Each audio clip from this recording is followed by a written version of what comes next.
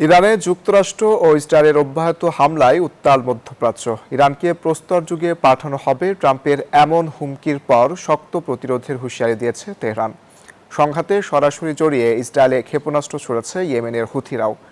অন্যদিকে যুদ্ধের জেরে অবরুদ্ধ হরমুজ প্রণালী সচল করতে যুক্তরাজ্যের নেতৃত্বে একজোট হয়েছে 40টি দেশ।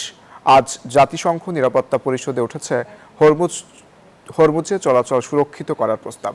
বৃহস্পতিবার প্রেসিডেন্ট ডোনাল্ড ট্রাম্পের হুমকির পরই তেহরানের গবেষণা কেন্দ্র, সেতু ও ইস্পাত কারখানায় হামলা করে যুক্তরাষ্ট্র ও ইসরায়েল। সময় শেষ হওয়ার আগেই ইরানকে চুক্তিতে আসার কড়া বার্তা দিয়েছেন মার্কিন প্রেসিডেন্ট।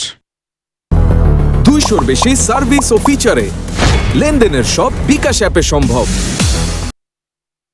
তবে ইরানের পররাষ্ট্রমন্ত্রী আব্বাস আরাগচি জানান, বেসামরিক অবকাঠামোতে হামলা চালিয়ে ইরানকে আত্মসমর্পণ করতে বাধ্য করা যাবে না। দেশটির সামরিক বাহিনীও পাল্টা হুঁশিয়ারি দিয়ে বলেছে, শত্রুরা সম্পূর্ণ অনুতপ্ত হয়ে আত্মসমর্পণ না করা পর্যন্ত তারা যুদ্ধ চালিয়ে যাবে।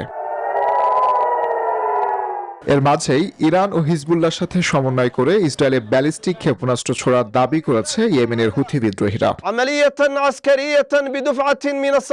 এদিকে যুদ্ধের জেরে অবরুদ্ধ আন্তর্জাতিক নৌপথ হরমুজ প্রণালী পুনরায় সচল করতে যুক্তরাজ্যের নেতৃত্বে একজোট হয়েছে অন্তত 40টি দেশ।